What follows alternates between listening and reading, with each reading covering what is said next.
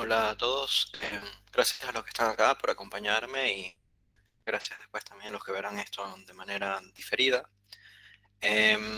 Hoy vamos a seguir hablando sobre la identidad, la segunda clase que tenemos sobre la identidad. Y vamos a comenzar haciendo referencia a los comentarios que están en la publicación en Patreon, es decir, comentarios que ustedes dejaron ahí sobre esa publicación y yo no voy a leer los comentarios, pero sí voy a retomar algunas cosas de ellos. Eh, si hay algo que no se entiende porque nos falta como la referencia originaria, digámoslo así, pues no vamos a estar leyendo los comentarios, por favor avísenme. Em, Tengo comentarios de Arancha, Ulises, Diana y Anthony, y ese más o menos es el orden en el cual voy a ir.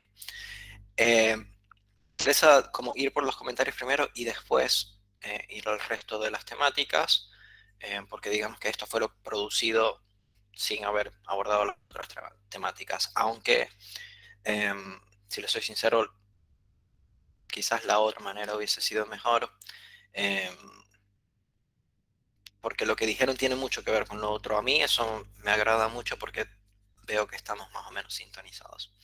Pero bueno, Arancha al principio hizo como una diferencia entre identidad y ecuación, que a mí me interesa retomar, e incluso pudiéramos hacer una, como definir identidad, ecuación y tautología, siguiendo las definiciones de ella de identidad y ecuación. La identidad dijo que era una igualdad válida para cualquier valor. Y por ejemplo, dio x más x igual a 2. ¿Sí? X más x igual a 2 sería algo válido para cualquier valor. ¿Por qué? Porque básicamente estamos reescribiendo la cosa de manera diferente. X más x igual a 2 es solo una reescritura de lo mismo. Eh, y también dio una definición de ecuación que sería válida para solo algunos valores. Y como ejemplo de eso dio 2 más x igual a 8. Que ven que acá no estamos solo reescribiendo lo mismo, sino que podemos efectivamente evaluar x y decir x es igual a 4, porque 2 por 4 es igual a 8, o porque 8 entre 2 es igual a 4. Entonces tenemos identidad, válido para cualquier valor, ecuación, válido solo para algunos valores, y después yo agregaría tautología, que sería que de los dos lados está escrita la misma escritura. O sea, 2x es igual a 2x, o y es igual a y. O 3x más y es igual a 3x más y. Eso, si les parece, porque la última vez hubo como una especie de confusión con respecto a esta terminología, yo les propondría por lo pronto manejarnos de esta manera. Identidad, diferente escritura, pero dice lo mismo. Ecuación, se dicen dos cosas diferentes. Y tautología, misma escritura y dicen lo mismo. O sea, eh, bueno, eso por ahora. Eh, Voy al comentario de Diana. Mentira, me interesa ir al comentario de Diana por ahora. Eh, Me pareció interesante como dijo que había una crítica por parte de Lacan hacia los psicólogos, búsqueda del sentido del sentido. Eso me pareció muy agudo y de hecho yo tengo la intuición, yo tengo la hipótesis de que ahí donde algunos ubican el sentido del sentido, Lacan ubica la matemática. O sea, Lacan ahí lo que busca decir es, no, miren, esto no existe y por lo tanto yo te voy a meter algo completamente diferente que incluso va a imposibilitar encontrar el sentido del sentido porque ni siquiera tiene un sentido. Por lo tanto, no lo podemos redoblar. Entiende que el sentido del sentido es un redoblamiento, una especie de reflexión sobre sí mismo, ¿no? O sea, nosotros no solo estamos buscando el sentido, sino que estamos buscando decir qué quiere decir aquello que quiere decir. Esto es interesante. De hecho, eh, pudiéramos decir que Freud encuentra un sentido del sentido en los procesos sexuales orgánicos, ¿no? E incluso pudiéramos decir que muchas otras personas también encuentran el sentido del sentido. El problema con encontrar el sentido del sentido es qué pasa si tu paciente no comparte tu sentido del sentido. Y quizás lo preocupante, ¿no? Porque ¿qué pasa si, para tomar este ejemplo, qué pasa si alguien con procesos orgánicos sexuales que piensa que pueden cambiar, o sea, alguien que piensa que puede cambiar sus procesos sexuales orgánicos, alguien que además es su superior, ¿no? Por la asimetría que tiene el dispositivo psicoanalítico, que le dice que no, que eso no se puede cambiar, que eso es imposible de cambiar. Eh, entonces, yo entiendo que en Lacan conviene, o sea, para Lacan, Lacan lo que nos dice es, no, no, no, dejemos el sentido del sentido abierto, eso como primer momento. Ahora yo estoy agregando quizás un segundo. Y eso me parece más o menos difundido, ¿no? O sea, me parece que más o menos se acepta en general en la comunidad psicoanalítica que no hay sentido del sentido.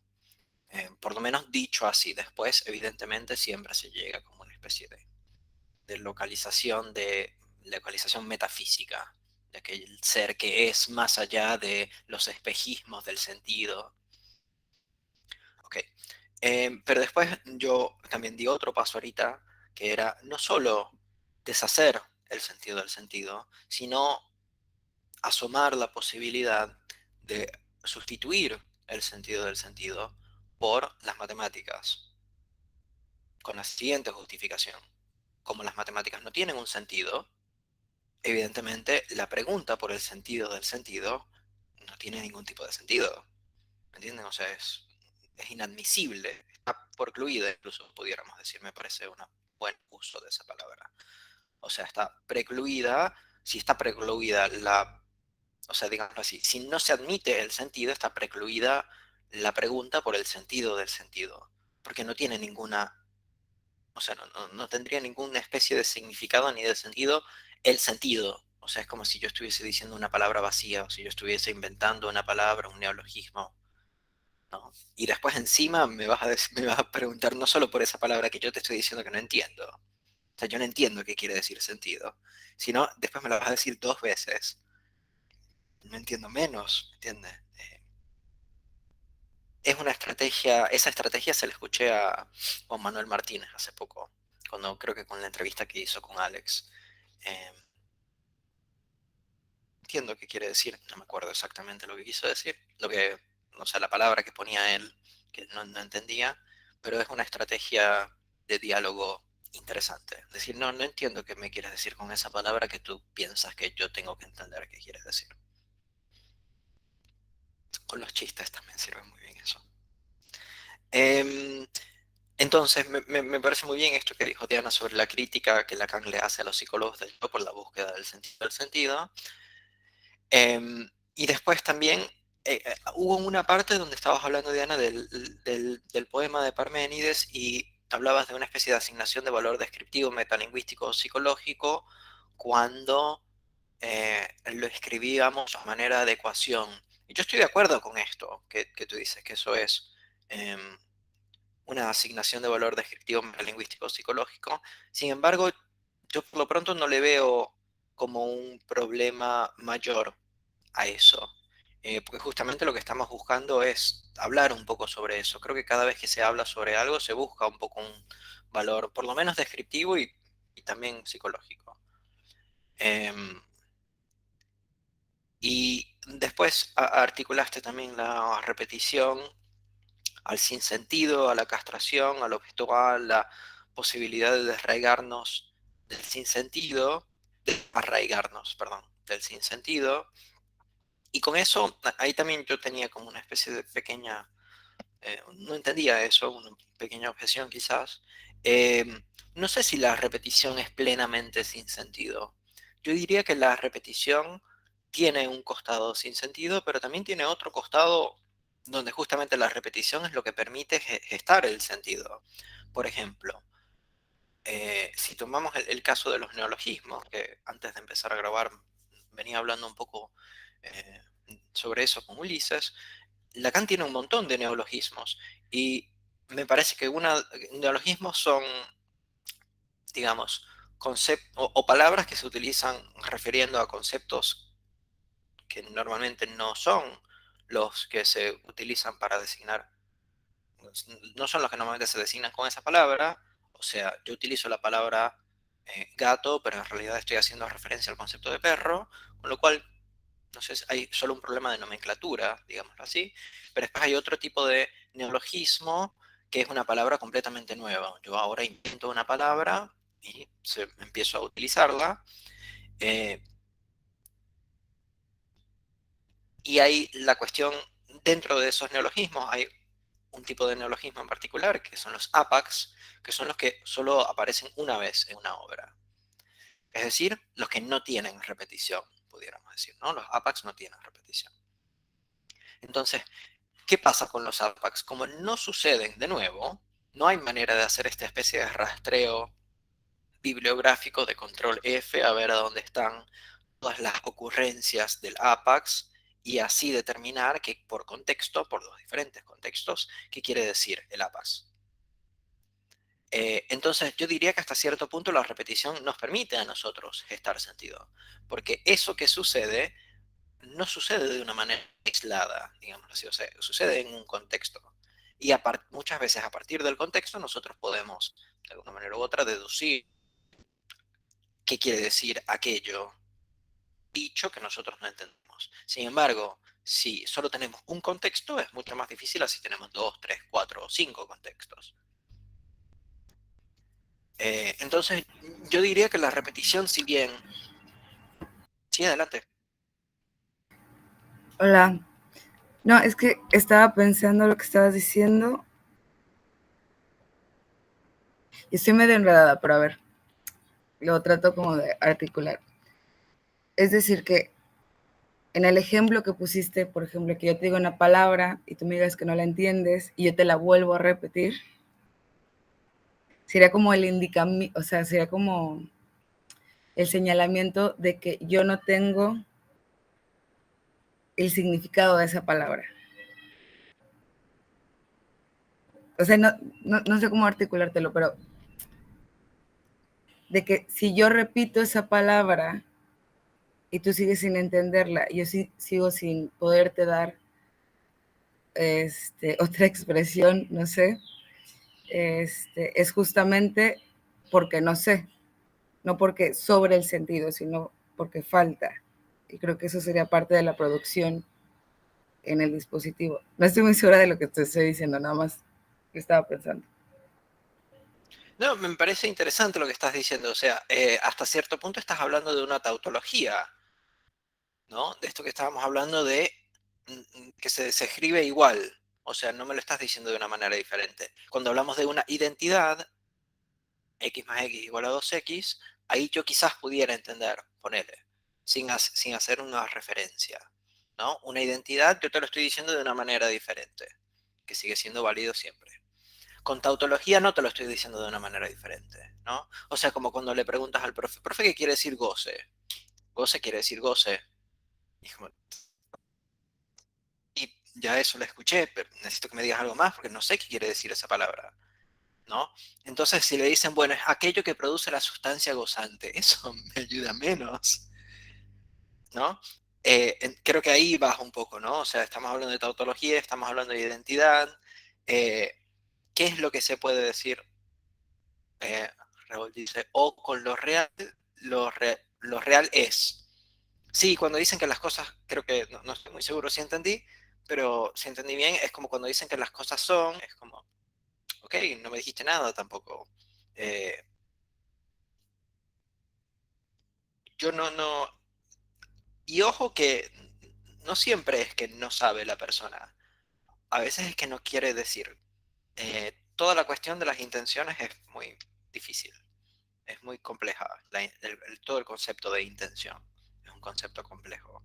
Entonces, fíjate que cuando alguien te repita la misma palabra, a veces puede ser solo porque es mala onda. O sea, él puede saber muy bien lo que quiere decir, pero o puede no querer decirte, o puede saber que cualquier cosa que tú digas va a ser utilizada en tu contra, y entonces por eso rehusar a explicar el concepto, porque sabe que va a utilizar cualquier mínima cuestión del concepto para empezar a preguntar otra vez qué quiere decir eso, y otra vez qué quiere decir eso, y otra vez qué quiere decir eso, y hay gente que no quiere jugar ese juego.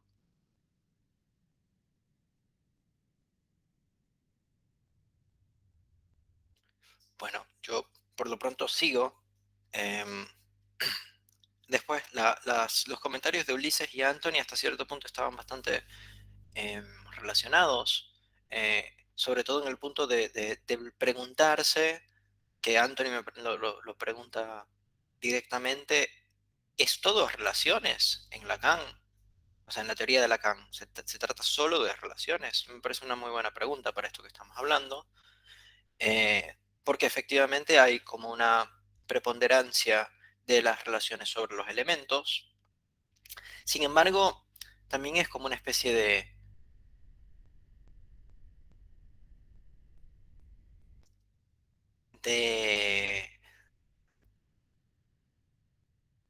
lo digo de esta manera, que las relaciones estén por sobre los elementos no implica que los elementos no tengan que ser de determinada manera para que las relaciones puedan tomar prevalencia sobre ellos. Es decir, o sea, nosotros necesitamos, hagamos, definamos la mereología como las relaciones entre los elementos, como el estudio de las relaciones entre los elementos, y definamos la ontología como el estudio de los tipos de elementos, ¿no? O sea, ¿qué hay? Pregunta ontológica. ¿Cómo se relacionan? Pregunta mereológica. Lo que yo estoy diciendo es que para que la mereología tome prevalencia sobre la ontología, para que las relaciones sean más importantes que los elementos, para que la mereología tome importancia en la ontología, necesitamos un tipo de ontología particular que admita que la mereología es más importante que la ontología. O sea, no podemos tener la ontología más potente, porque si tenemos la ontología más potente va a estar por encima incluso de la mereología. Necesitamos una ontología que se pueda someter a la mereología. Entonces, no estamos hablando de cualquier elemento, porque, por ejemplo, los elementos metafísicos, es decir, de una ontología metafísica, no tienen por encima las relaciones, porque lo más importante son los elementos en sí. Entonces, la ontología metafísica es una ontología que no admite que la mereología la domine. Mientras que entiendo yo que hay otras ontologías, como por ejemplo la significante, donde la ontología misma está definida por una mereología. Lo ven, ¿no? O sea, porque si el significante, la definición canónica de significante es que representa, justamente se está definiendo la ontología en términos mereológicos. O sea, se hace la ontología en función de la mereología. Los elementos están hechos en relaciones, en relación a las relaciones.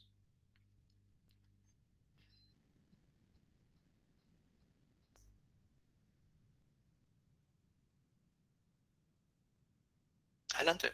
Sí, sí. Sí, justo, perdón.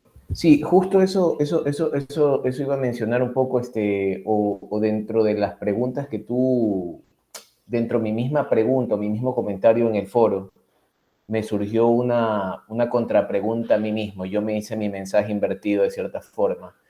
¿Dónde quedaría el caso de la psicosis, por ejemplo? En este caso del interser de lo que yo proponía, o de hablar de una ontología del significante o dentro de la lógica del significante en el entre.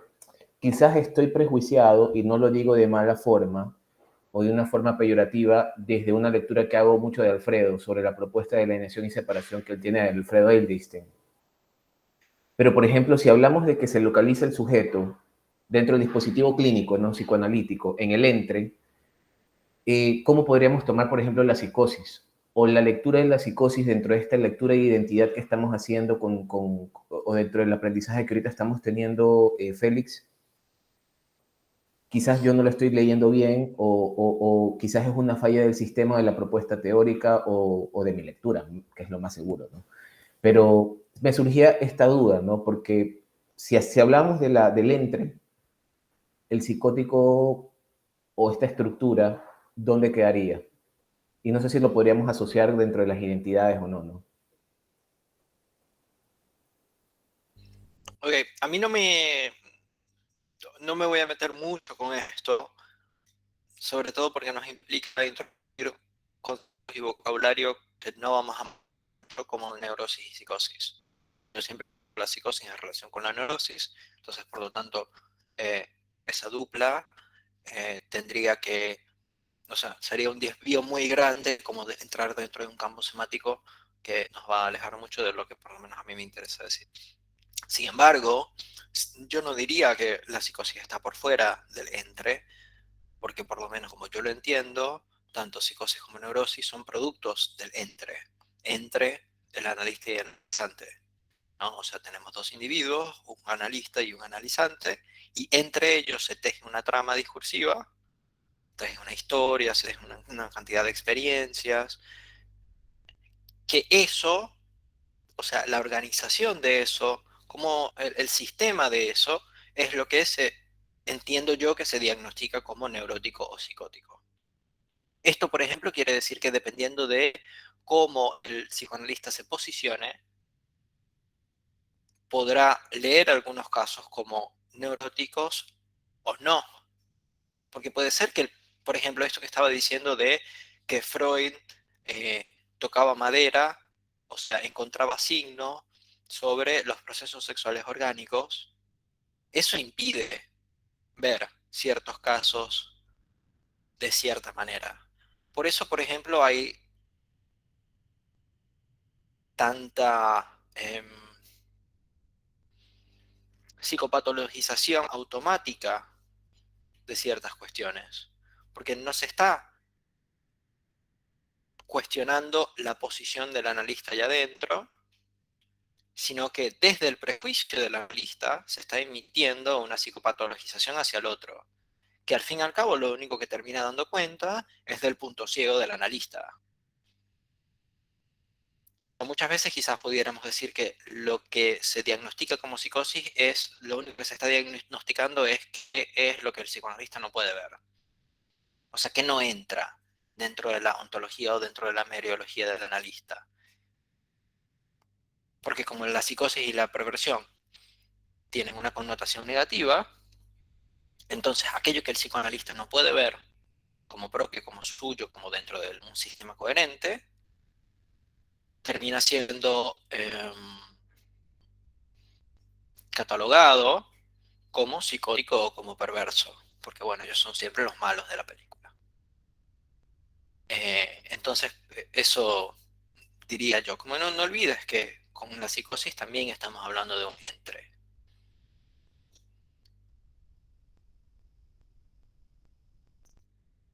Voy hablando de este entre, porque no sé si todos vieron el comentario de Ulises, él estaba hablando de una ontología del interser o del entre, ya que solo entre significantes se puede considerar al sujeto. ¿Por qué? Porque un significante representa a un sujeto para otro significante. Y Anthony también decía que no hay nada en sí en Lacan. No sé si esto es verdad. De hecho, después voy a colgar en o voy a ver cómo integro una presentación que yo hice en Apola, que creo que es la de la sublimación que hice, el toro como soporte de la sublimación, donde justamente yo encontré una cita en la tercera donde Lacan habla y presenta la identidad. Y de hecho, nosotros comenzamos, digamos así, con la identidad. Entonces, por lo menos no en Lacan, sino en lo que nosotros estamos diciendo, nosotros como mínimo estamos aceptando que la identidad tiene algún sentido. O sea, nosotros le estamos dando un lugar a la identidad dentro de nuestro sistema. No es que no reconozcamos que la identidad existe. O sea, contamos ontológicamente con la identidad. Identidad en realidad quizás hablarlo como tautología sería mejor en este momento, dada la tripartición que hicimos al principio, ¿no? O sea, X igual a X. X igual a X entiendo yo que es muy importante darle un lugar, sobre todo porque suele ser el punto de detención del discurso. Y si eso no se obtiene, o sea, no entiendo cómo. O sea, cuando ustedes le preguntan a un paciente, ¿y qué quieres decir con rabia? O sea, ¿cómo se manifiesta esa rabia? Ahí justamente le estás pidiendo que asocie con eso, es decir, que haga una especie de o ecuación o identidad, es decir, que te lo diga de otra manera. Lo único básicamente que le estás prohibiendo es que haga una tautología. De hecho, en el psicoanálisis nosotros partimos de la asociación libre, donde justamente lo que le exigimos al paciente es que no haga tautología.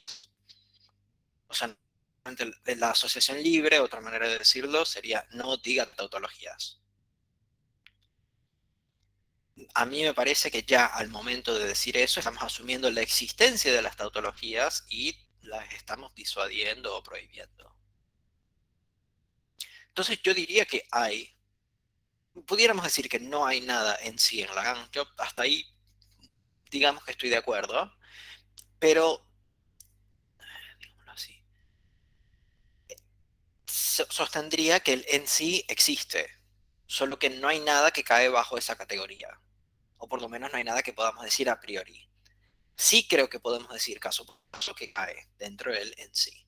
E incluso ya he dado el ejemplo del caso freudiano para decir que los procesos sexuales orgánicos caen en Freud como el en sí. A mí eso me parece importante. O sea, me parece importante hacer ese diagnóstico. Entonces, por lo menos desde un punto de vista diagnóstico, a mí me parece importante contar con la tautología o contar con el en sí. Por lo menos para ver, siendo temerarios, digámoslo así, o sea, para ver si en el caso existe, ya sabiendo que por lo menos en un caso, en el de Freud, existe, para ver si en el caso existe, podamos dejar como, o sea, pueden existir casos donde no, ponele. Pero segundo, ver que en ese caso se realiza como tautología. O sea, sobre qué es en sí, sobre lo cual no se puede decir más nada, que decía Diana antes, ¿no? Sobre qué el paciente insiste una y otra vez con la misma frasecita. O sea, ¿cuál es el estribillo? Sobre el cual no se puede decir nada. Eso a mí me parece importante ubicarlo en los casos. Sobre todo, después lo retomaremos en la próxima temática, porque es justamente lo que impide hacer un ruido. O sea, es un punto de detención. Desde ahí no se, o sea, a partir de eso no se puede decir más nada. La contradicción muchas veces también juega ese rol, casi irónicamente o paradójicamente. O sea, se supone por lo general que a partir de la contradicción no se puede razonar, o sea, no se puede decir más nada, no se puede asociar a partir de la contradicción. Entonces termina la contradicción teniendo un lugar de tautología. A mí eso me parece interesante. Y bueno, ya esto voy, ya casi vamos a terminar con los comentarios. Eh, Voy a hacer un comentario sobre algo que dijo Anthony respecto de la posición de Alfredo, pero no me interesa, digamos, discutir con Alfredo, de hecho Alfredo no está acá, eh, pero sí me interesa nombrarles o mencionarles de nuevo una posible definición de ontología que no es la mía, porque acá, por ejemplo, Anthony dice que Alfredo está en contra del giro ontológico, y yo diría, ok, sí, pero definiendo ontología como esencia o como el ser del ser. O sea, si nosotros definimos ontología de esa manera, yo también más o menos sería antiontológico en ese sentido. Yo diría mejor que en vez de ir anti, a mí me parece más apropiado ubicarlo. O sea, ¿dónde se ubica es el ser del ser? Que, por ejemplo, en Freud se ubica en los procesos sexuales orgánicos, ¿no? O sea, ¿dónde se ubica? En el caso, ese ser del ser. Entonces, supuestamente dice, la posición que yo les presento es que no hay tal ser. Y con eso yo también estoy más o menos de acuerdo, pero para mí eso es insuficiente. O sea, yo no intento no solo hacer propuestas negativas, de decir eso no, sino a mí me parece importante después decir, bueno, que sí. Porque entiendo yo que si todo el mundo piensa de una manera y alguien dice, bueno, pero esa manera de pensar no, y no hay una contrapropuesta, eh, termina básicamente pensando de esa manera también. O sea, porque es la única manera de pensar. A mí me parece importante desarrollar otros modos de, de pensar. Ok, entonces si no vamos a pensar de manera metafísica, ¿cuáles son las cosas que nosotros tenemos que hacer para poder plantear otro tipo de ontología? hasta cierto punto, digamos que este curso va un poco en esa línea. ¿Qué ontología alternativa puede haber a la metafísica? Porque la metafísica, digamos, toma ¿se acuerdan que yo les había dicho que Anthony había dicho que no hay nada en sí en Lacan? La metafísica propone que hay en sí. Entonces, eh, quizás la cuestión sería, ok, ¿cómo hacer alguna ontología donde o sea, donde el en sí pueda tener un lugar marginal, no el lugar central que tiene en la metafísica?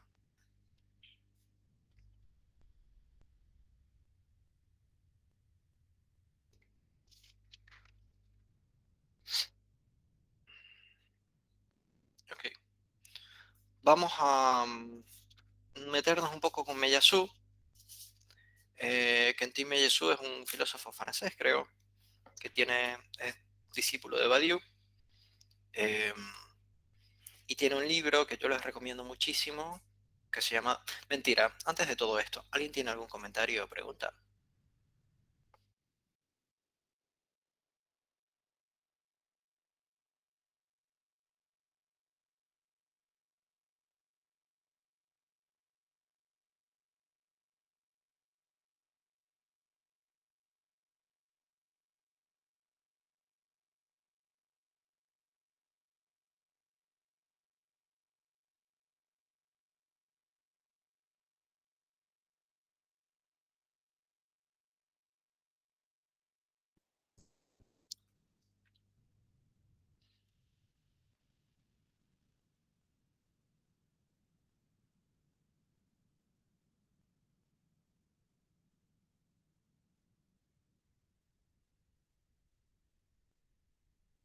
Bueno, yo por lo pronto les voy a compartir la pantalla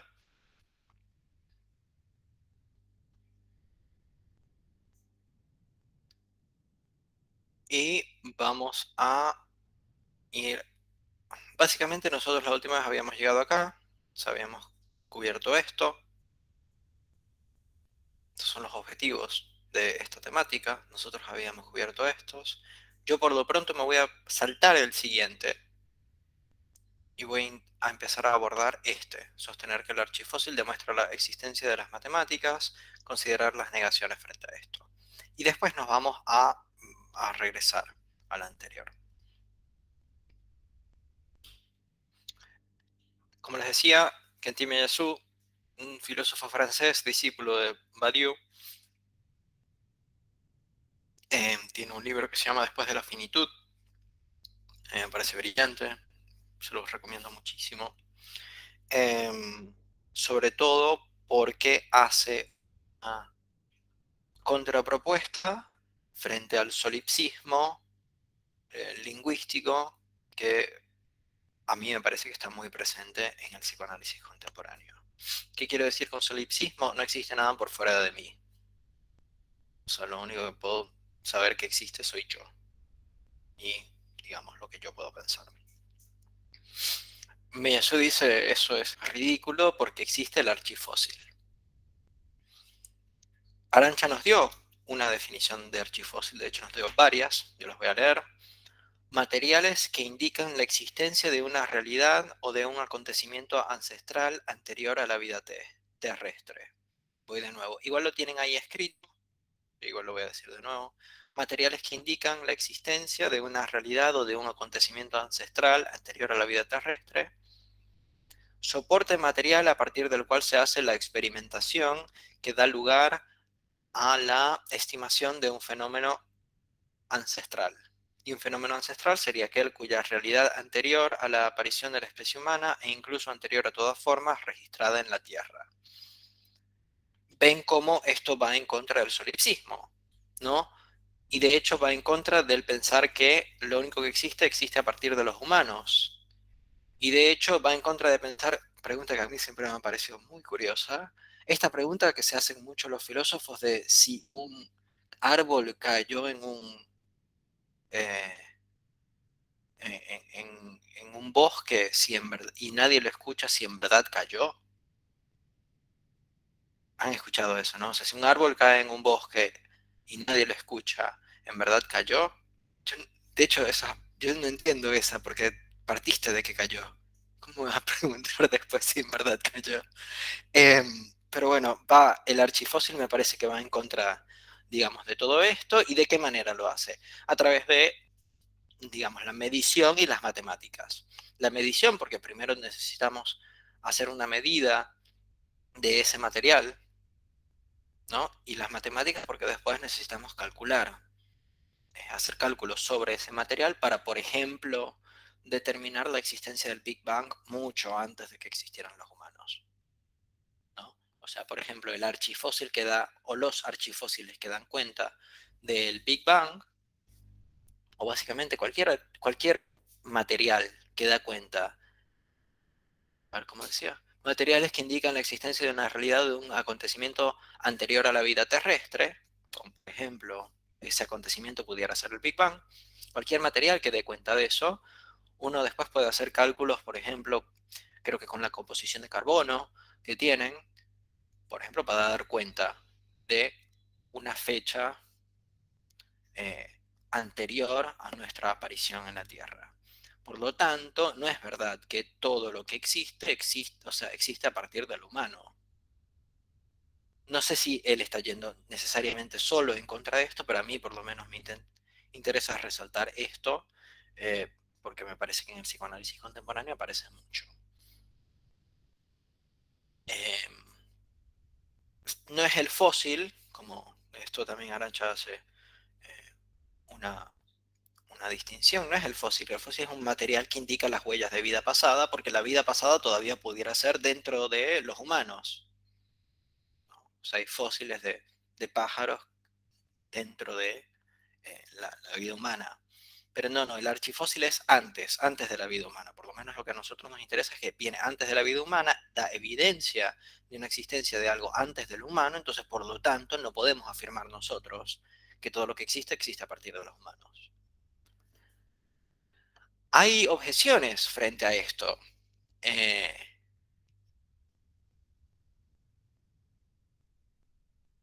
sí, las negaciones de estas, por lo menos una que yo conozco, eh, yo sigo bastante la cultura estadounidense.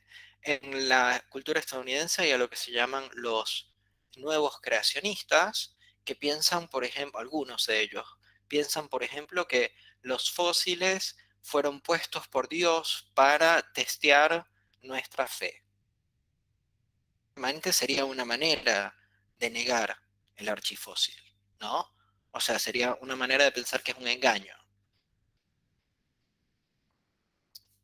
Eso sería una manera. No sé, supongo que habría otras maneras de hacer eso, como por ejemplo decir que ya el postular la existencia de un archifósil implica la existencia de un humano.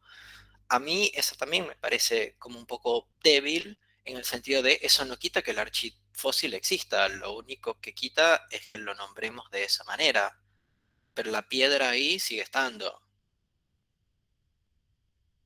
O sea, ese argumento es, si esa piedra, si esa, como lo del árbol, ¿no? Si una piedra, si un archifósil existe y no hay un humano para decir que es un archifósil, existe el archifósil. A mí ese tipo de argumento me confunde.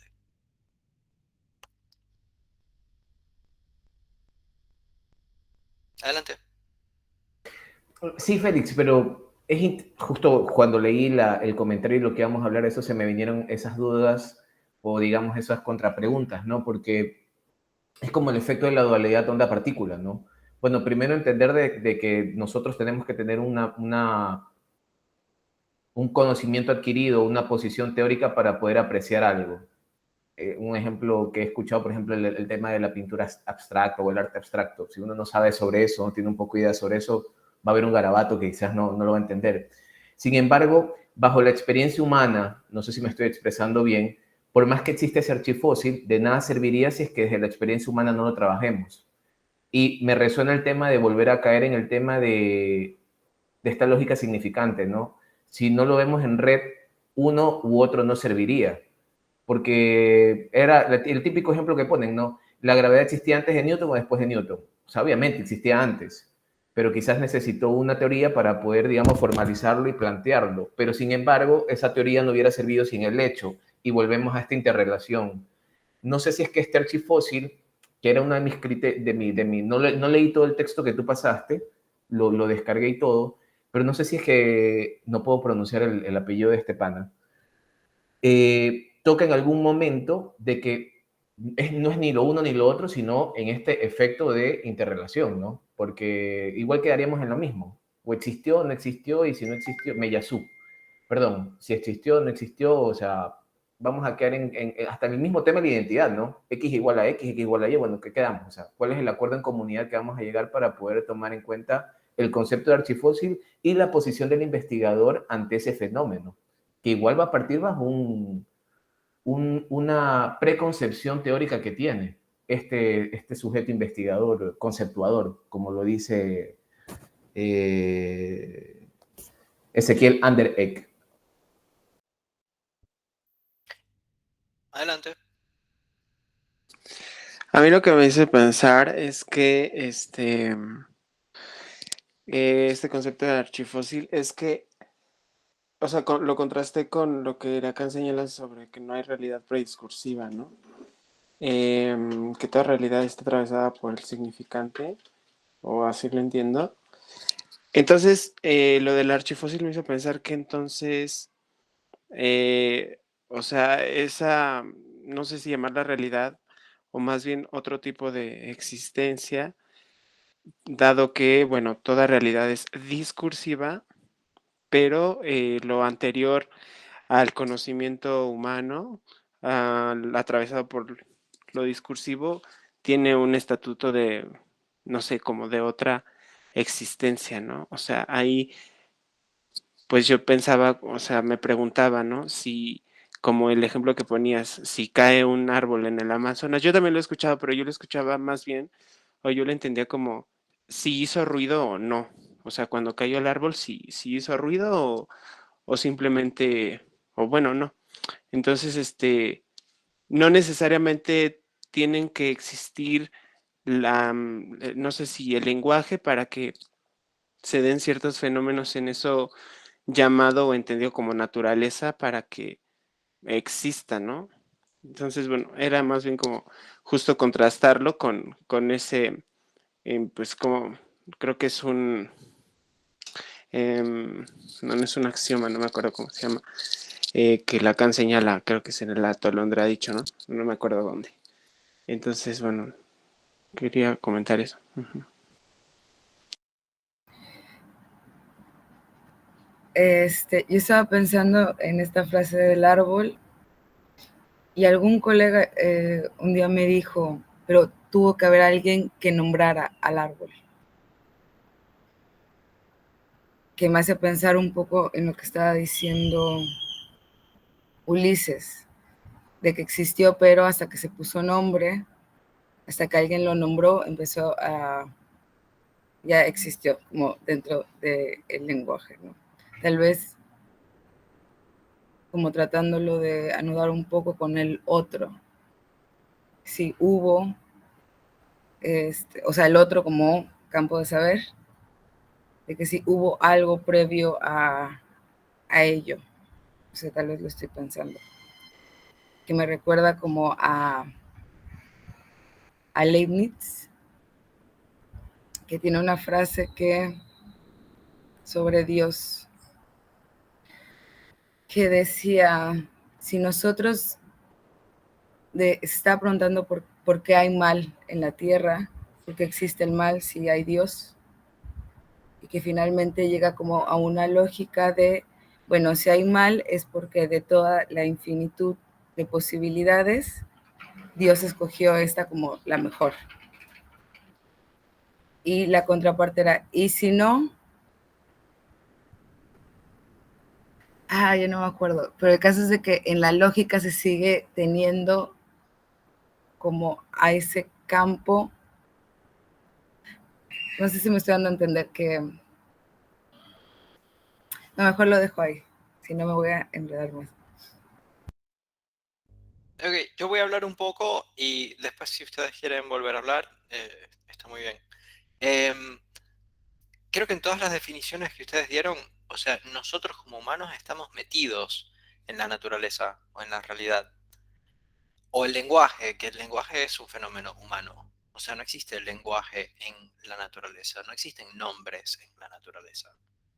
Entonces, ya asumir eso es meternos a nosotros de nuevo dentro de ese mundo que, a mi entender, una de las cuestiones que hace el archifósil es decir que eso no es necesario. O sea, existe algo antes de nosotros. Negar la existencia de una realidad por fuera de los humanos es negar todo el tiempo, o sea, es pensar que el mundo empezó con los humanos. Y yo no admito eso, digamos, en el nombre del archifósil no admito eso. Sería incluso desechar el Big Bang, cosa que me parece un poco irónica. Em, es incluso desechar el Big Bang, o sea, es desechar todo, todo empezó cuando empezó el primer humano. Y yo incluso me imagino que ustedes tampoco piensan esto, pero a mí me parece una consecuencia directa de lo que están, o sea, del asumir que las cosas solo existen en cuanto las nombramos. Ahora, les pudiera admitir, digamos, que solo existen para los humanos en cuanto lo nombramos. Ok, ponele. O pudiéramos decir, solo existen en el lenguaje en tanto lo nombramos. Ese lo admito, digamos, un poco más rápido incluso. Eh, pero, retomando esto que estábamos diciendo antes del neologismo, e incluso no del neologismo, sino de la referencia indirecta, pudiéramos decir que incluso el lenguaje admite existencias no nombradas. O sea, hay veces que uno está hablando y está hablando sobre algo y la persona con la que estás hablando sabe de aquello que tú estás hablando sin nunca haberlo nombrado. Incluso pudiera ser algo innombrable sobre lo cual nosotros estamos hablando. Pero si yo a ustedes les digo, ustedes han sentido a veces esa sensación, es un poco indescriptible, pero a veces como si se tuviese un vacío en el pecho y se te está abriendo todo el mundo a partir de ese vacío en el pecho que tú tienes y es como si te fueses a despedazar, como si te estuviesen amarrado y alando de un lado al otro y en cualquier momento te vuelves tú uno con la naturaleza. Lo que acabo de decir es todo un disparate, pero yo me imagino que más de uno de ustedes lo ha sentido.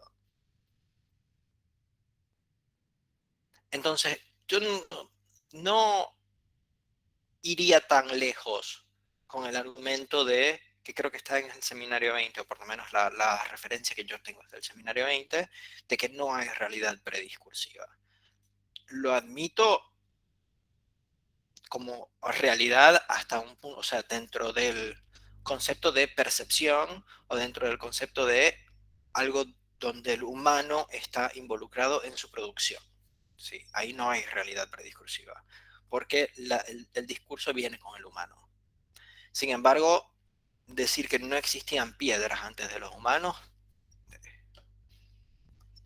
no sé, o sea, yo no llego hasta ahí. Me parece que el archifósil justamente da cuenta de mi posición, evidentemente, porque yo hice el pensum. Eh, da cuenta de mi posición de decir, ok, pero existen, incluso tenemos evidencia para la existencia de algo antes de los humanos.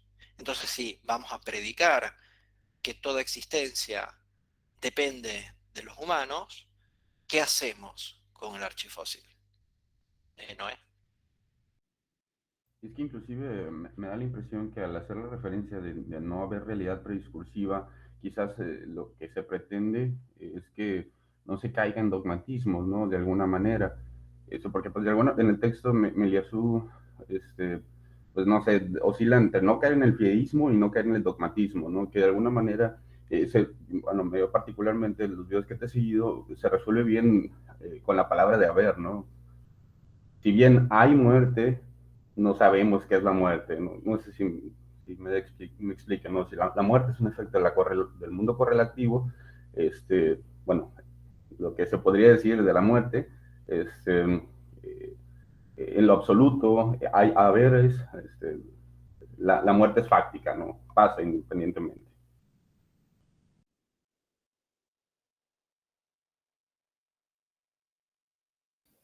Sí, hola a todos, hola Félix. Yo estaba pensando que nos podría ayudar también esta frase que le escuché a este filósofo que también, bueno, medio que está en el realismo especulativo, en el giro ontológico Rey Brasier, que mencionaba que lo primero en el orden del ser no es lo primero en el orden del saber, ¿no? Es decir, en este ejemplo del árbol, hay algo que cae más allá de que haya un humano o una conciencia o un discurso que pueda captarlo.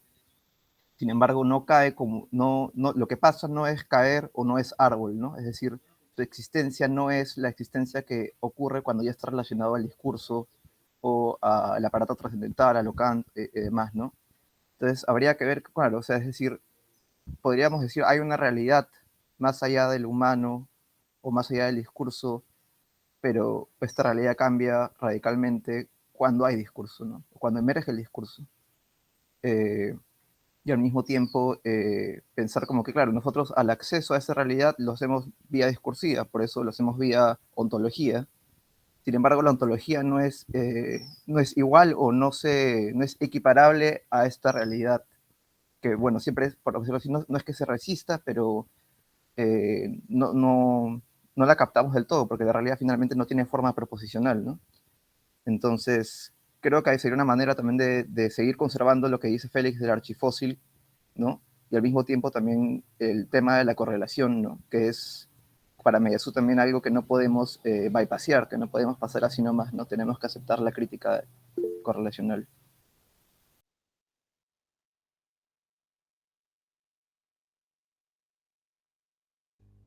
Maximiliano, ¿querías decir algo? Sí, hola.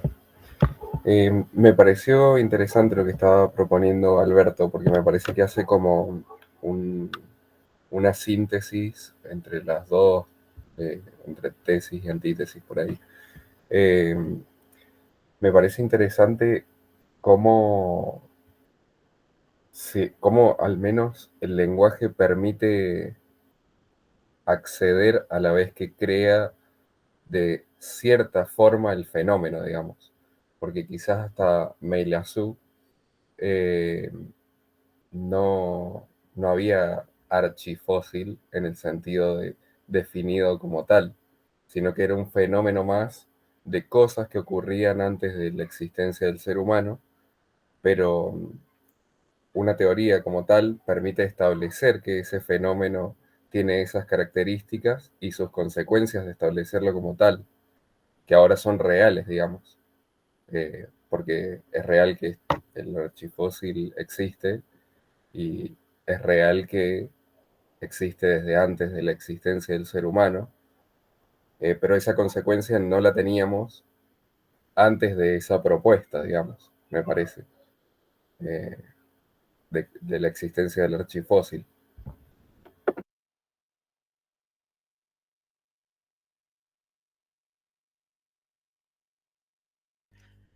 Sí, pero fíjense que el archifósil sigue siendo un nombre, o como mucho pudiéramos decir un argumento. De hecho, con eso que estaba diciendo Ulises antes, de la relación que instaura el archifósil, eh, en- yo diría que el archifósil, si bien nosotros podemos hacer el énfasis de que es, digamos, algo que viene de nosotros hacia la naturaleza, o algo que nosotros reconocemos en la naturaleza, también pudiéramos decir que es la naturaleza relacionándose a sí misma a través de las matemáticas. O sea, esta piedrita que yo tengo ahorita, relacionándose matemáticamente a través de la historia con el Big Bang.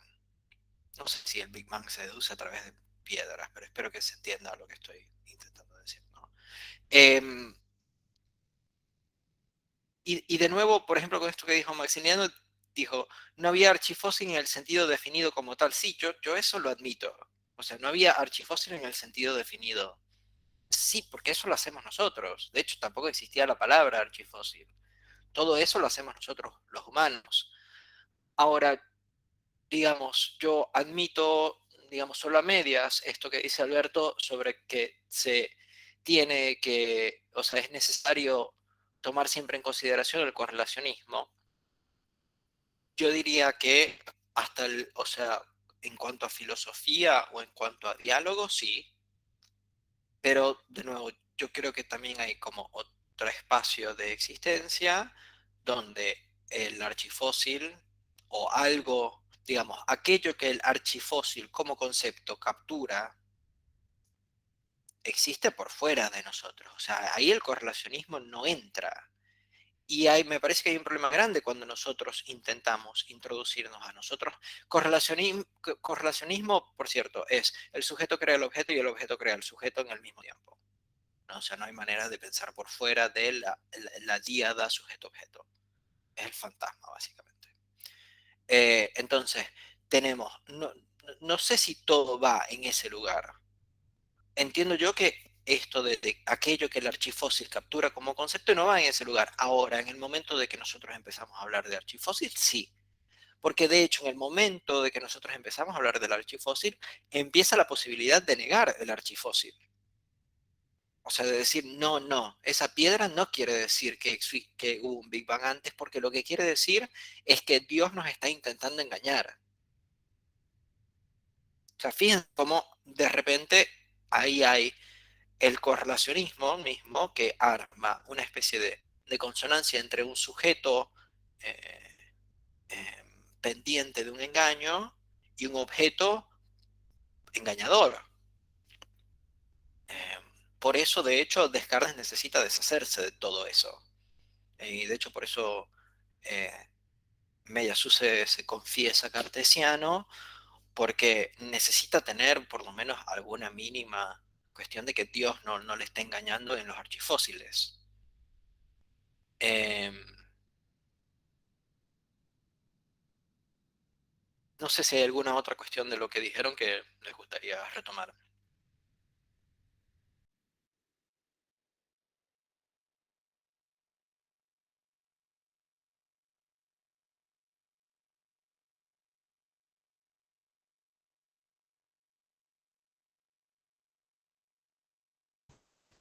Y Félix, yo también tenía, creo, la misma intuición por ahí. El argumento de mediación es que no se puede bypasear la crítica correlacional, ¿no? Y por eso desde la propia correlación agarra el absoluto, ¿no? Eh, es decir, con la correlación misma se está encontrando lo que no es justamente no está en relación, que es la contingencia, ¿no? Y eso lo eleva al principio absoluto, ¿no? Pero pensaba también entonces, con lo que tú dices, habría que ver lo que asegura que los mecanismos de captura, ¿no? Al decir yo archifósil y que es algo que pasa más allá de mi discurso o el discurso humano y demás, ¿cómo así la palabra archifósil o la categoría archifósil o el tipo archifósil puede capturar eso que está pasando más allá? Finalmente eso es defender ya una posición realista, ¿no? En el sentido de también no solo que hay realidad más allá del discurso, sino también que esa realidad es posible de ser conocida y que hay algo del discurso que atrapa esa realidad. Habría que, claro, hay un debate enorme, ¿no? De cómo así se captura eso.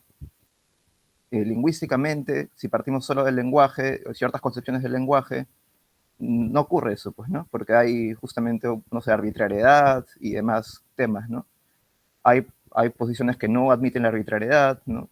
Las categorías sí tienen algún tipo de relación con las propiedades de las cosas en sí mismas, etc. Pero claro, ahí habría que ver cómo así se puede asegurar eso.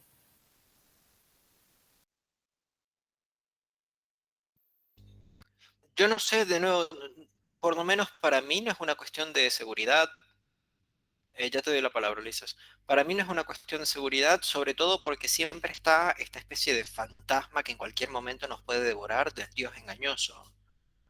O sea, me parece que la seguridad justamente lo que va es en contra de eso. Pero quizás si no le tenemos tanto miedo al Dios engañoso, haya otras maneras de pensarlo. Como por ejemplo el pensar que la naturaleza no se está capturando de manera lingüística, sino de manera matemática, que entiendo yo que es a lo que va la ciencia, por lo menos que a mí me interesa llamar moderna. Por eso, digamos, porque creo que nos estamos desviando un poco, a mí me parece perfecto un problema que nos estemos desviando, pero solo para poder tocar, digamos, tocar base de nuevo. Recuérdense que esto lo estamos pensando en relación a en la matemática. O sea, no estamos pensando necesariamente el archifósil. El archifósil lo estamos pensando porque justamente lo que admite es una especie de relación matemática casi innegable, o sea, con una negación bastante complicada entre una evidencia y un hecho anterior, incluso un hecho que escapa al correlacionismo, digamos, ¿no? O sea, poder partir quizás de un correlacionismo, digamos que el archifósil sigue siendo correlacionista, pero que nos permite a nosotros poner un pie por fuera y decir, existe algo por fuera de esto, o sea, esto no es todo, esto no es el universo, existe algo más. Eh, Creo yo que en parte la relación, la respuesta que yo tengo a tu pregunta, que me parece muy buena, es que los conceptos con los que trabaja la ciencia, la ciencia procede de una manera más matemática que lingüística, digamos así. Y sobre todo lo podemos ver en que no importa el idioma que hable el investigador. O sea, la distancia desde la Tierra hasta esa estrella, cual sea que sea, es la misma. Después que, no sé si ustedes han leído El Principito, yo amo El Principito, no sé si ustedes se acuerdan que en El Principito hay un momento al principio donde un tipo árabe va y presenta sus investigaciones frente a una, eh, una sociedad de astronomía, y la sociedad de astronomía no le presta la mínima atención porque está vestido de árabe, y después va vestido otra vez de hombre de bien, y la sociedad astronómica le presta atención. Yo no estoy diciendo que la ciencia esté por fuera de todo esto. Sí, evidentemente la ciencia está inmersa en una cultura así. Eso no cambia para nada ni el descubrimiento de ese asteroide, ni la distancia que ese asteroide tiene desde la Tierra hasta allá, digamos. Eso, que son cuestiones, digamos, más matemáticas. Eh, Ulises, querías decir algo y no sé si después Alberto quieres comentar algo de nuevo. No, básicamente, Félix, también si podríamos pensar el tema del archifósil, traduciéndolo y transponiéndolo al tema del psicoanálisis como el análisis que hace Lacan con los escritos de Champollion, ¿no? O sea, los escritos, la tabla rasa estaba ahí, o sea, ya existía, estaba ahí. Pero Champollion lo descubre y dice, bueno, estaba ahí mismo la respuesta a este tema. No es que yo tuve que inventar algo así desde cero, sino que estaba ahí. Eh, y bueno, ¿cómo este tema del archifósil trasladarlo, transponerlo un poco también al tema de la clínica, ¿no? En este paciente que está ahí en lo que dice, no sé si es que quizás es muy vulgo lo que estoy preguntando, y me disculpan si es que rayo, ¿no? Pero la típica cuando el paciente o cuando viene desde la psicología vulgarmente y te dicen, bueno, a mí me pasa lo mismo, pero a otra persona no le pasa lo mismo y es el mismo hecho. No sé si me dejo entender, ¿no? Que estamos hablando de una misma situación que una persona puede decir, bueno, a mí me genera tal cosa y a otra persona no, pero es la misma situación.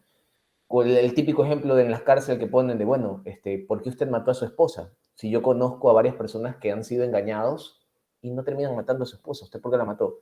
No sé si estoy un poco desvirtuando o desviándome del tema.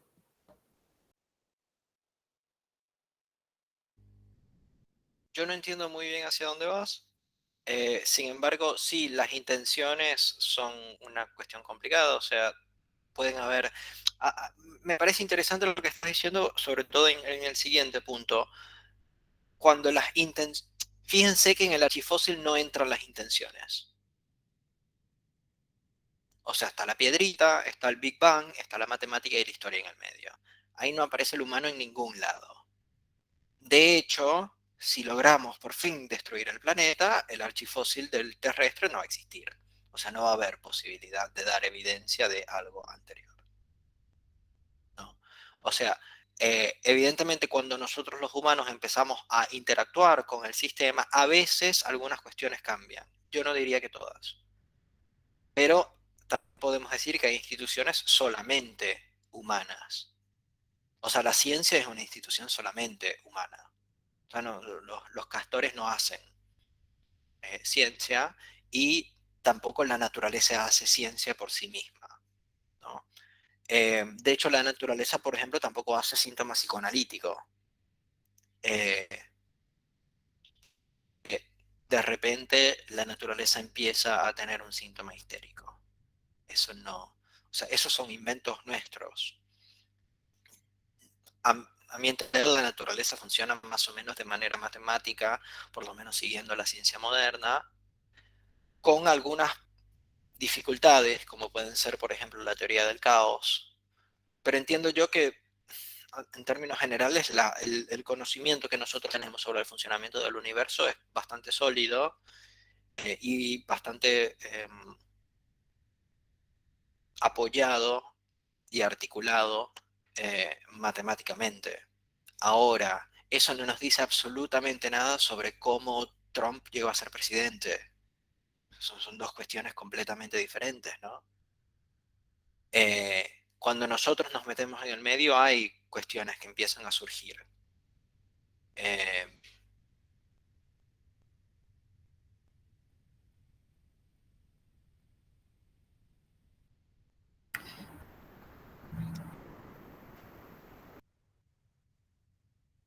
no sé quién quería hablar, pero adelante. Es decir, lo que estamos discutiendo ahorita es el cogito cartesiano. O sea que si de alguna manera lo que estamos discutiendo ahora de que X es igual a X, pensando por ejemplo en el paciente obsesivo,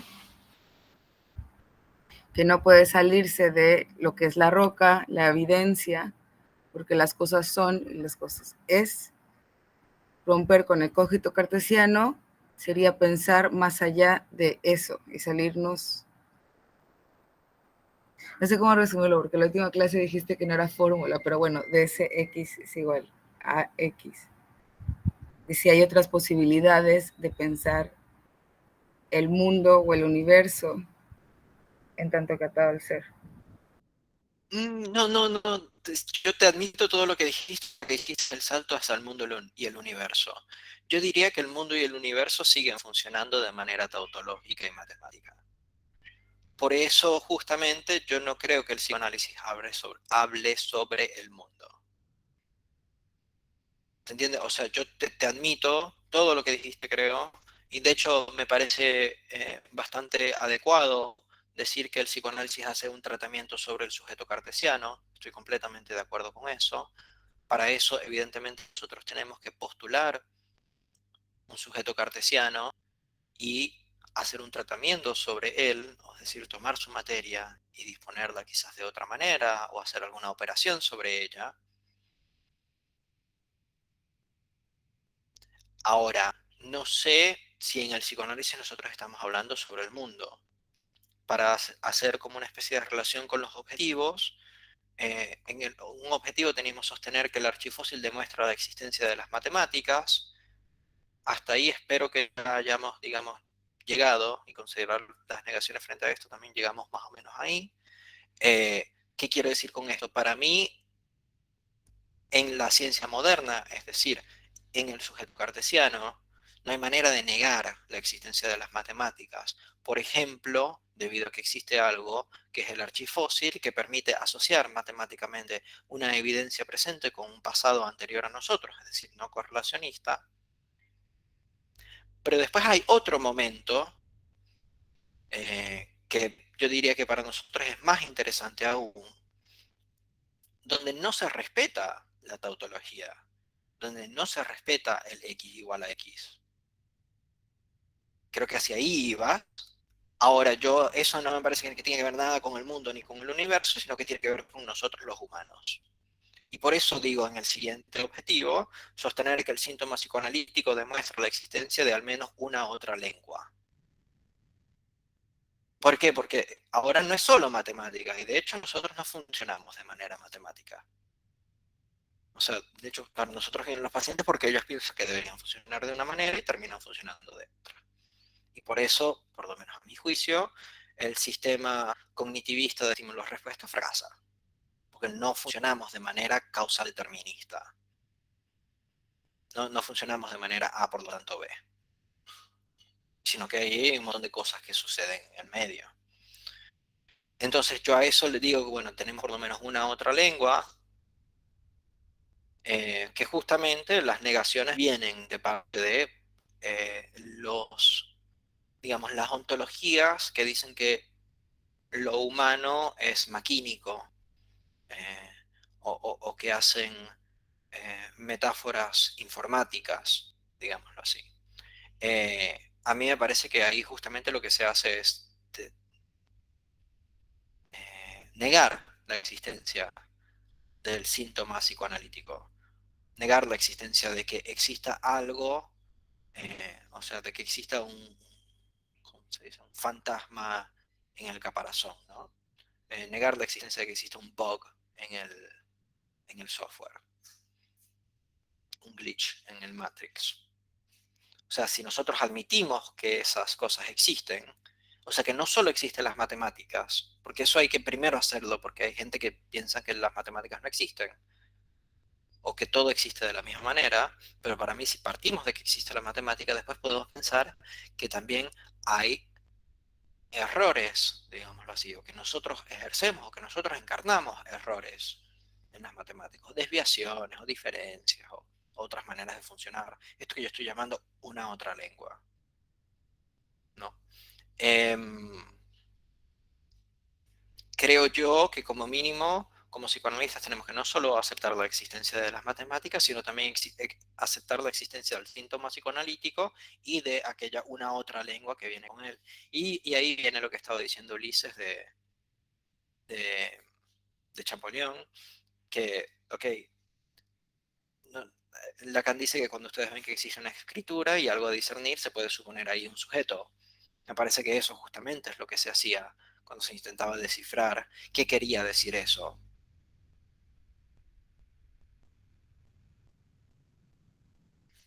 Es decir, bueno, existe algo que se puede incluso descifrar y no se descifra de una manera matemática, sino que se descifra, digamos, mediante la interpretación.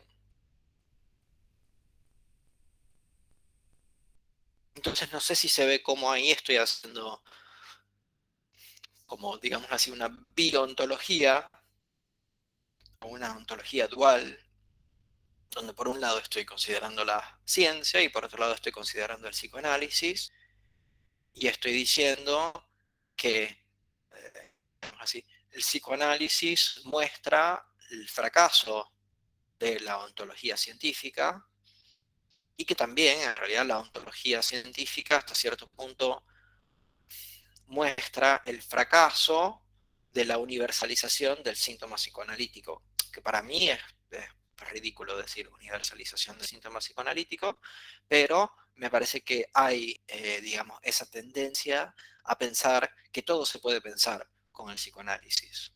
Me parece que la ciencia justamente le pone un parado frente a eso, sobre todo cuando hay como estas posturas un poco más extremas de decir que todo es lingüístico. Ahí me parece que conviene decir, ok, pero hay un tipo de lengua privilegiada que es la matemática, que es la que, digamos, si aceptamos el sujeto cartesiano, si aceptamos la ciencia moderna, no podemos negar, porque de repente todos los que hablamos castellano nos pudiéramos morir y se queman todos los libros, o sea, empieza a haber como una especie de persecución frente a los hispanohablantes, otra persecución frente a los hispanohablantes, y se empieza a matarnos a todos y se queman todos nuestros libros, ahí dejaría de existir el castellano, pero para que deje de existir, digamos, la naturaleza o las matemáticas sería como mucho más complicado. O sea, no sé, digamos, la naturaleza no deja de existir si dejan de existir los científicos, mientras que si dejan de existir los hispanohablantes, deja de existir, digamos así, el castellano. Félix, o bueno, todos igual. Sí, estoy de acuerdo en la observación sobre el mundo. Estaba pensando en la tercera de Lacan y justo que se empieza a trabajar con lo inmundo y que no sé si lo que, a lo mejor no sé si te entendí bien, es decir, que si uno va a trabajar el síntoma en la clínica se tiene que trabajar desde el uno, o sea, no es que se descarte, por ejemplo, lo imaginario o que no exista, sino que a lo mejor se trata con un texto en específico y se trata justamente porque es el cogito cartesiano que hay que llevarlo a lo impensable. No sé si va por ahí.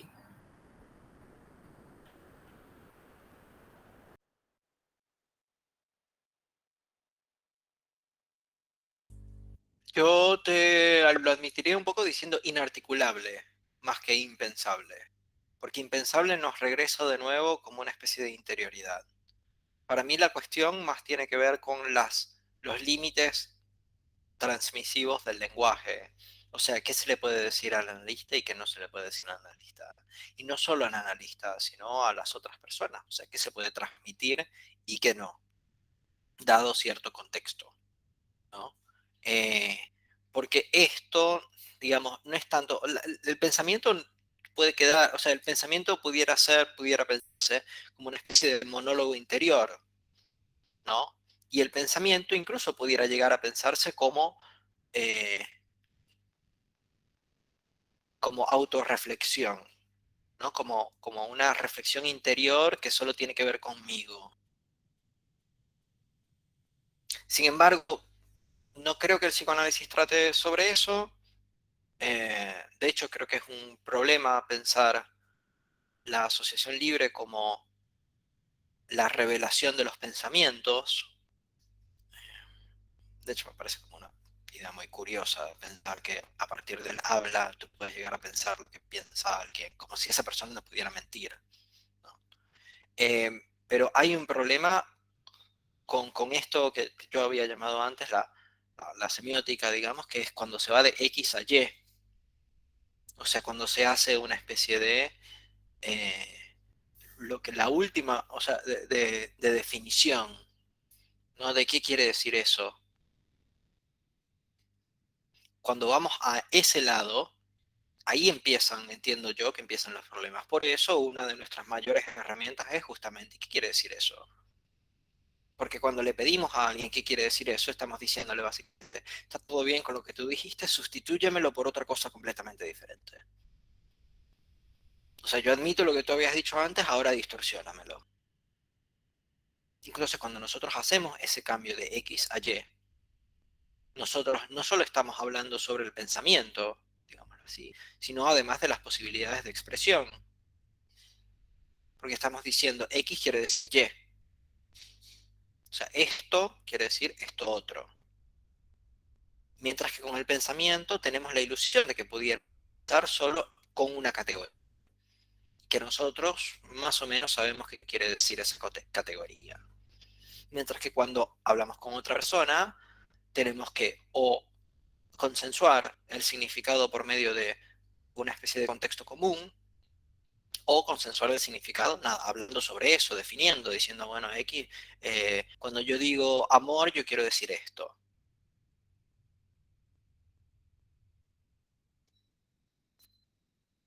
Ahí es donde me parece que nuestra práctica cobra, digamos, su mayor.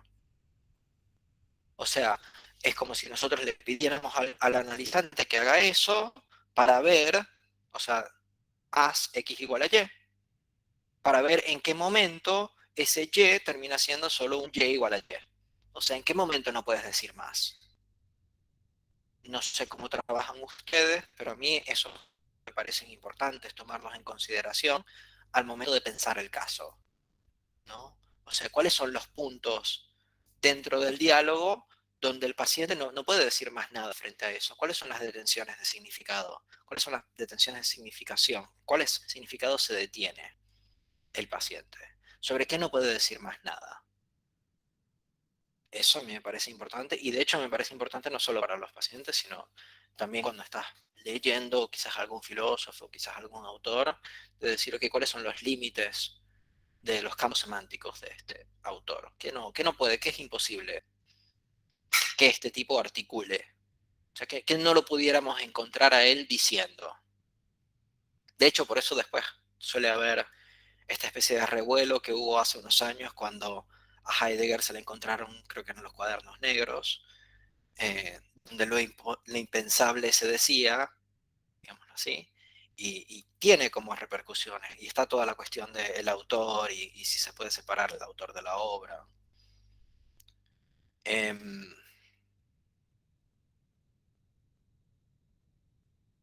digamos, esta biontología que yo estaba armando entre ciencia y psicoanálisis, donde se ven que los dos están como embrincadas, digámoslo así, tiene quizás como punto de encuentro la semántica, es decir, ¿qué quiere decir eso? O sea, tira de X a Y. Porque si con el psicoanálisis justamente se trata de, digamos, X es desigual, y en la ciencia se trata de X es igual a X, ¿qué pasa cuando metemos otro? ¿Qué pasa cuando metemos Y? ¿Será X igual a X o será X diferente de X? O sea, cuando tenemos un Y, cualquier definición, esa definición, ¿será tautológica o será significante? Porque definiendo si es tautológica o si es significante, podemos ver qué lugar ocupa dentro de las asociaciones semánticas que tiene el paciente.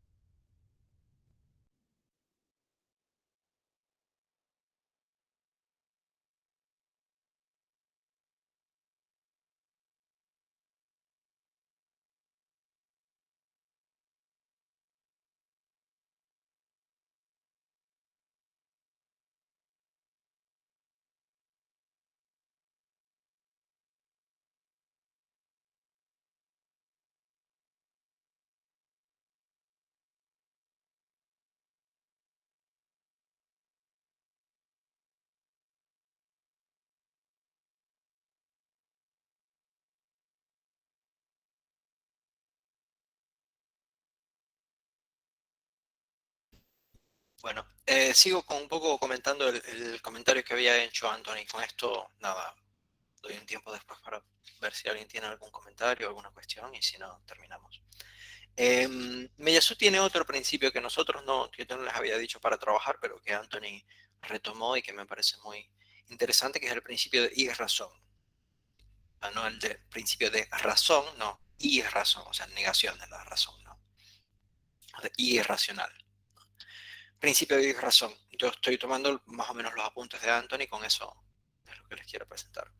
Tenemos una contingencia necesaria, que quiere decir que no todo es posible en el caos. O sea,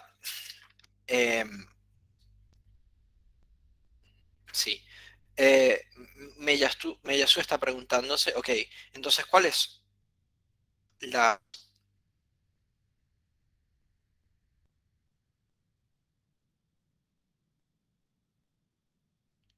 ¿Qué es lo necesario entonces? ¿No? O sea, ¿o qué podemos nosotros ubicar como lo necesario si estamos proponiendo como una especie em,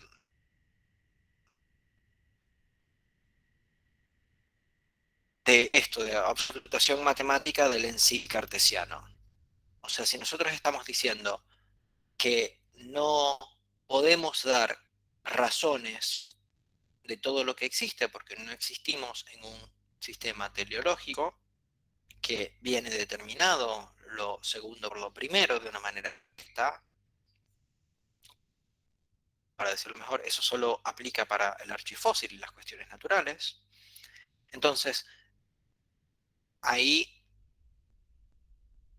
Meyasu se pregunta, ok, ¿cómo entonces podemos pensar que hay algo de necesario en un mundo caótico? Y la respuesta que entiendo yo que se da es esta de contingencia necesaria, que a pesar de estar en un caos, eso no significa que cualquier cosa es posible. Que es una crítica que se hace muchas veces frente a las contradicciones, y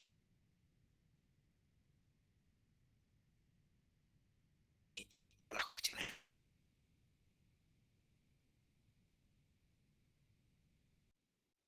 contraposición a esto. No cualquier cosa es posible en un caos. De hecho, el caos, Félix, la teoría del caos antes no las había definido como comportamiento recurrente, irregular e imprevisible de sistemas dinámicos te quedaste y no se te que no entendió tenía que luego que generar. Sí. dijiste algo del caos. Y ahorita igual estás con congelado, creo. Ok, ahora me escucho bien.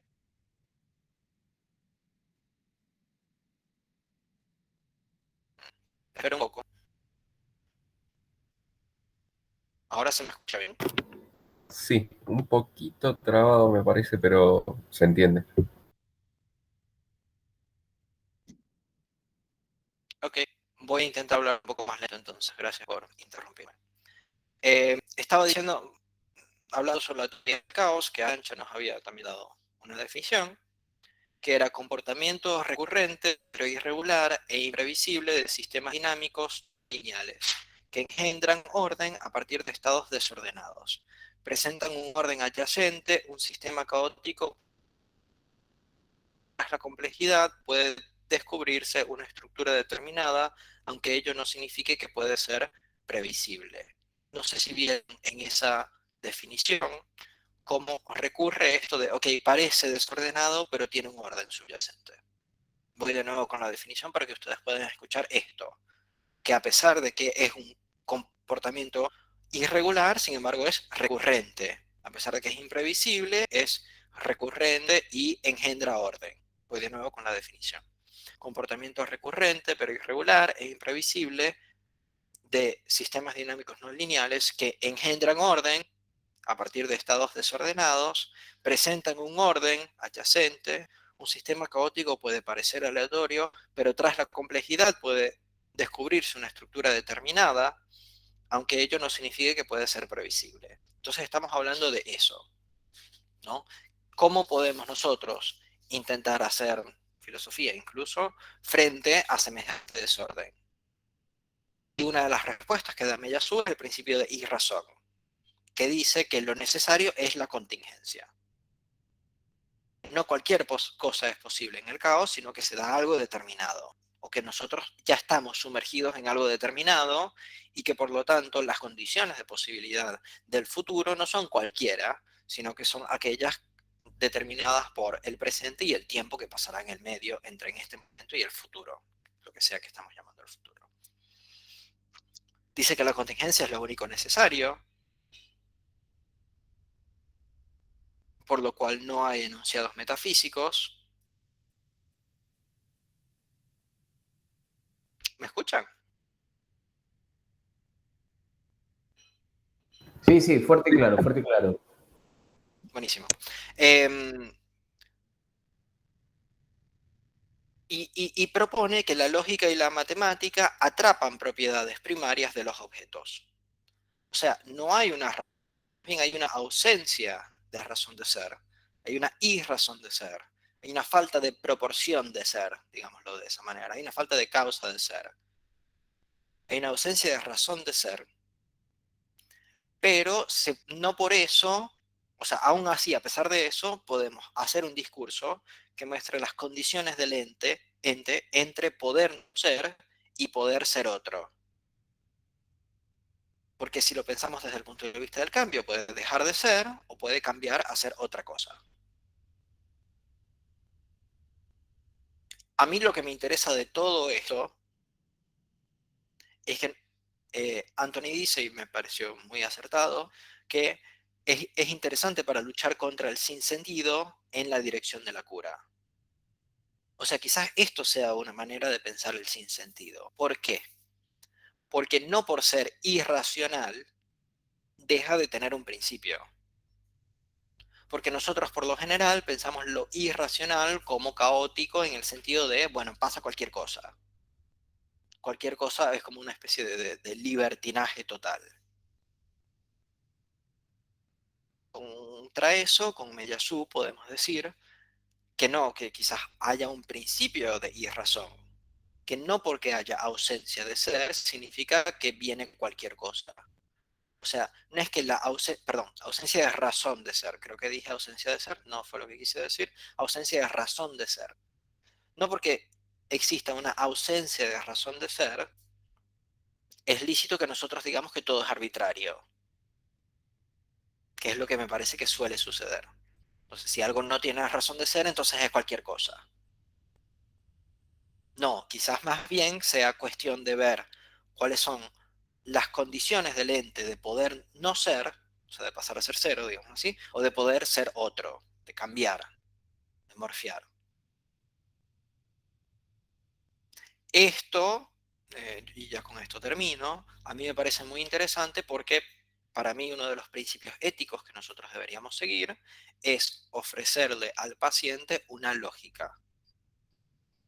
O sea, pensar, hacer todo lo posible, que lo que esté diciendo el paciente sea lógico de cierta manera. De hecho, yo diría, digamos, que ustedes pudieran pensar todo este curso que vamos a hacer este año como una manera de, o sea, como herramientas, como la exposición y la reflexión sobre herramientas para pensar que el discurso del paciente tiene sentido. Perdón, tiene una lógica. Con la lógica viene el sentido. Tiene una lógica. Entonces, quizás, por ejemplo, después de esta primera temática, ustedes puedan pensar que aún así cuando el discurso del paciente no es tautológico, cuando no define clara y distintamente todas sus premisas, cuando no se maneja de una manera, eh, digamos, siempre a través de ecuaciones, siempre a través de definiciones de ese índole, aún así puede tener alguna especie de ontología, alguna especie de ontología. O sea que ustedes puedan pensar el caso no necesariamente dependiendo de tautologías, sino pensar que, bueno, quizás los elementos sobre los cuales está parado el caso son de otra índole, por ejemplo, de la índole significante. O sea que no se trata de x igual a x, sino que quizás se trata de modelos más bien representacionales, o sea, porque el significante representa un sujeto para otro significante, y relacionales, porque estamos hablando de cómo un significante se relaciona con otro. Eh, entonces, pensar, por ejemplo, con el principio de y razón, quizás también nos permita a nosotros no exigirle al paciente dar cuenta de razón de ser de todo lo que dice, lo cual es completamente exhausto, o sea, terminaría exhausto el paciente, sino más bien poder entender u ofrecerle el beneficio de la duda, digámoslo así, de que aquello que está diciendo, si bien él no entiende cuál es la lógica, y seamos sinceros, quizás nosotros tampoco, quizás decirle, bueno, el, lo que tú estás diciendo quizás tenga una lógica en este sentido, ¿qué te parece? ¿No? Quizás sí está bien, tienes razón que esto en sí no tiene una lógica, pero quizás si tomamos en cuenta este otro elemento y la relación que este elemento tiene con este otro elemento y con este otro elemento, lo que tú estás diciendo en este momento que no se podía entender, se puede entender de esta manera.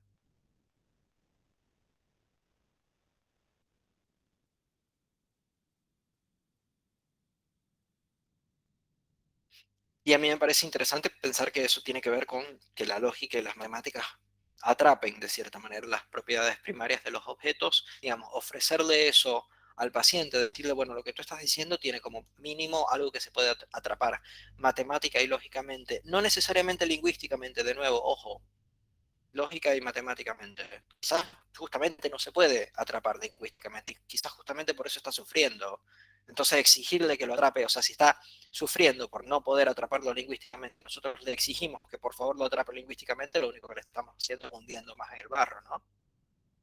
Pero ahora, si nosotros le ofrecemos, si lo que estás diciendo tiene como una especie de mínima lógica y matemática, quizás en ese caso nosotros podemos, me parece a mí, quizás una ética más interesante. Eso nomás, no sé si ustedes quieren comentar algo.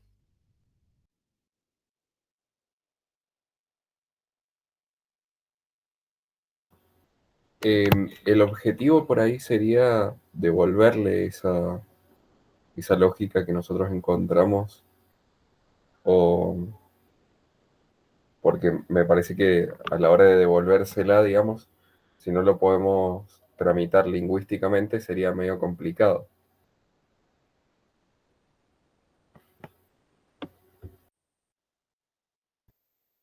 O el Sí, objetivo quiero no aclarar que sería, quizás perdón, pero no, no hay necesidad de, no, creo que tenemos un desfasaje de conexión, disculpa, y probablemente sea de mi lado.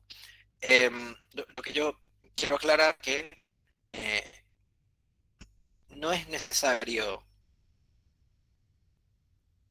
que tú entiendas lingüísticamente lo que la otra persona está diciendo lingüísticamente para tú poder mostrarle la lógica entre las asociaciones de aquello que de nuevo tú no entiendes lingüísticamente, que el otro está diciendo. Digo, para mí son dos, o sea, uno puede expresar una lógica sin necesariamente expresar lo que esa lógica quiere decir, ni lo que los elementos de esa lógica quieren decir. claro, creo que entiendo.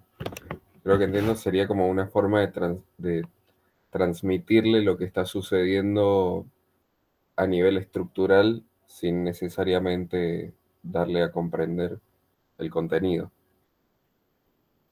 Ujú. Sobre todo porque no comprendemos el contenido como para poder dárselo a comprender. Eso es una, Claro, digamos, un no lo beneficio que entendemos tiene que estar nosotros. claro. Pero eso no significa que quizás presentándole la estructura de lo que está diciendo, no pueda esa persona quizás ver esa estructura de una manera diferente. Porque quizás no había visto la relación entre esto y esto otro. Eh, o quizás nunca se había preguntado por alguna conexión, sino que la había asumido. Y después cuando nosotros le preguntamos por esa conexión, el paciente dice, ah, sí, ¿sabes qué? No sé si en verdad eso tiene tanto que ver con esto otro. Y ahí se produce como una especie de separación entre esos dos. O un revelamiento de que aquella conexión que se asumía no es tal. Y eso permite también pensar los conceptos de manera articulada sin necesariamente tener una referencia a cada una. Ya te doy la palabra, Ulises. O sea, que sea una articulación de conceptos, una red de conceptos, más que esa red recaiga sobre alguna realidad, digamos así.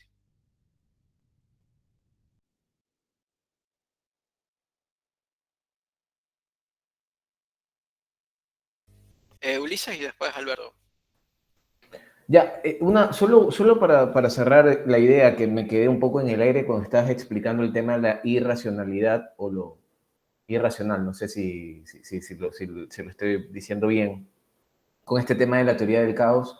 Justo lo que ahorita acaba de decir Maximiliano y lo que tú estás explicando, Félix, iría desde esa forma, ¿no?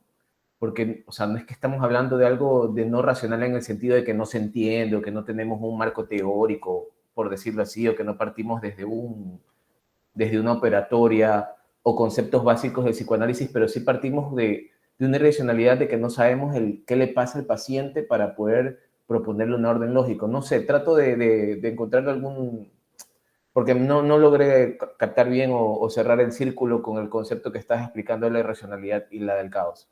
¿Si estoy bien yo o está? Sí, sí se me escuchó, ¿verdad?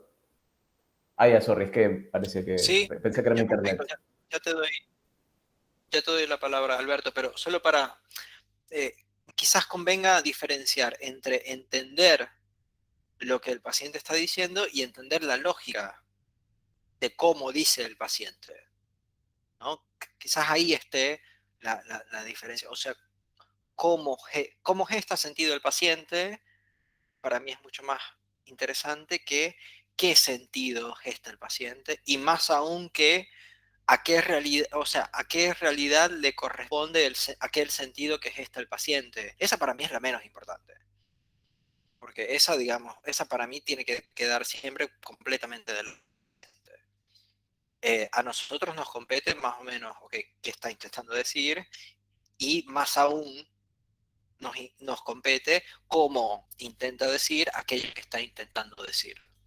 Porque entiendo yo que sobre ahí es donde nosotros podemos actuar con el menor ejercicio de poder, digamos así, o sea, el menor abuso de asimetría. Porque estamos hablando de la lógica y después todos los significados del paciente que se los quede él, no sé. No sé de lo que estás hablando, pero te puedo ayudar a hablarlo mejor, básicamente sería.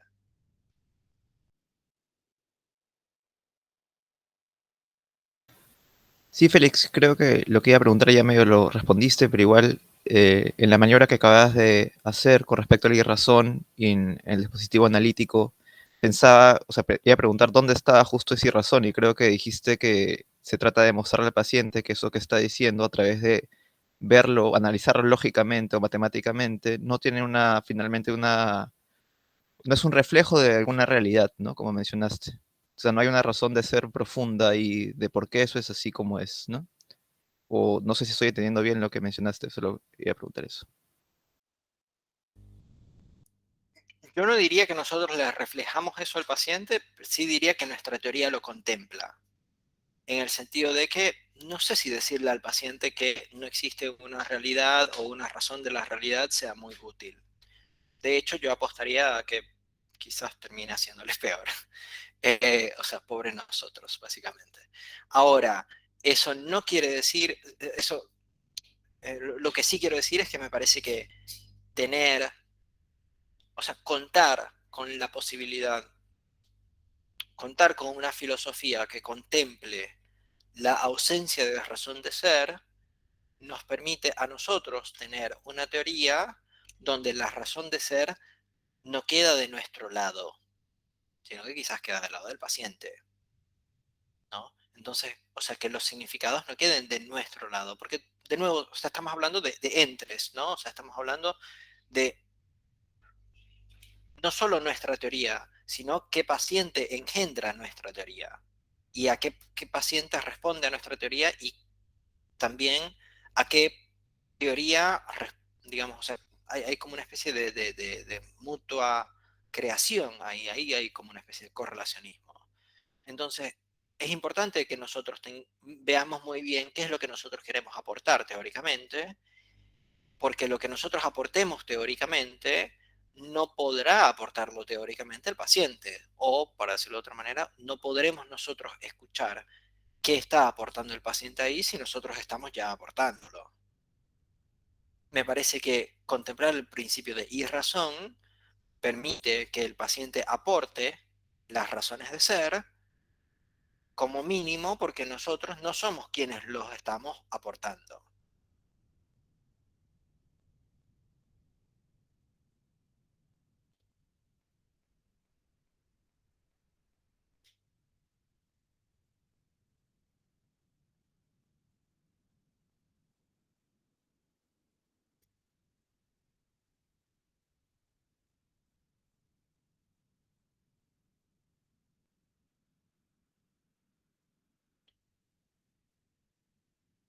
Bueno, nos vemos de nuevo el 11 de febrero. En los próximos días, no sé, la semana que viene, pondré la publicación de los conceptos y de los objetivos y del link para que puedan ir haciendo comentarios, porfa. De nuevo, muchas gracias a todos. Chau. Chao, chao. Gracias. Buenas Hasta noches. luego. Gracias. Chao, chao, gracias. Bye. Adiós.